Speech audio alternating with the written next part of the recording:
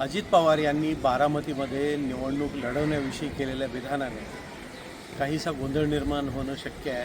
परंतु एक लक्षात घेतलं पाहिजे की अजित पवार हे एक अत्यंत मुरलेले राजकारणी आहेत. त्यांनी अनेक निवडणुका लढवल्यात. 1991 पासून ते सतत राजकारणामध्ये आहेत आणि त्यांच्या या विधानामागे इतका साधा सोपा अर्थ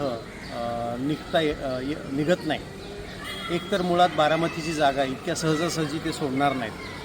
आता ते पाहतायत वेगवेगळे प्रयोग करून. पहिला प्रयोग त्यांनी केलेला दिसतोय की नातेसंबंधामध्ये निवडणूक लढवणं बरोबर नव्हतं, मी माझ्या पत्नीला उभं करून चूक केली असं त्यांचं म्हणणं आहे.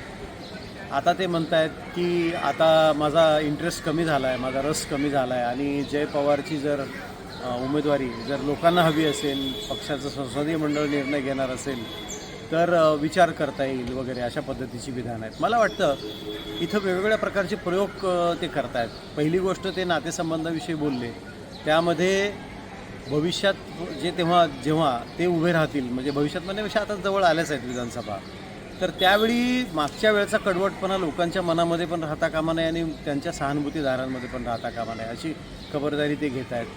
किंवा आपल्या विरोधात नात्यामधून कोणी उभं राहता कामा नये अशी खबरदारी ते घेत असतील. एक वातावरण निर्मिती करतायत. समजा उद्या जय पवार उभे राहिले तरी त्यांच्या विरोधात योगेंद्र पवारांनी या वातावरणात उभे राहावं का असा प्रश्न निर्माण त्यांना अप्रत्यक्षरित्या करण्याचा हेतू असू शकतो, असं मांडण्यास वाव आहे. आणि नातेसंबंधामध्ये निवडणुका लढवू नयेत, राजकारण बाहेर असावं, नातेसंबंध घरातले संबंध वेगळे असावेत अशा अर्थाचं जे काय ते बोलत आहेत, यावरून भविष्यामध्ये नातेसंबंधामध्ये निवडणुका लढवल्या जाऊ नयेत आणि आपल्या विरोधातही कुणी उभा राहू नये, जय पवारच्या विरोधात नातेसंबंधातून कुणी उभा राहू नये अशी काळजी घेण्यामागे त्यांचा उद्देश असू शकतो.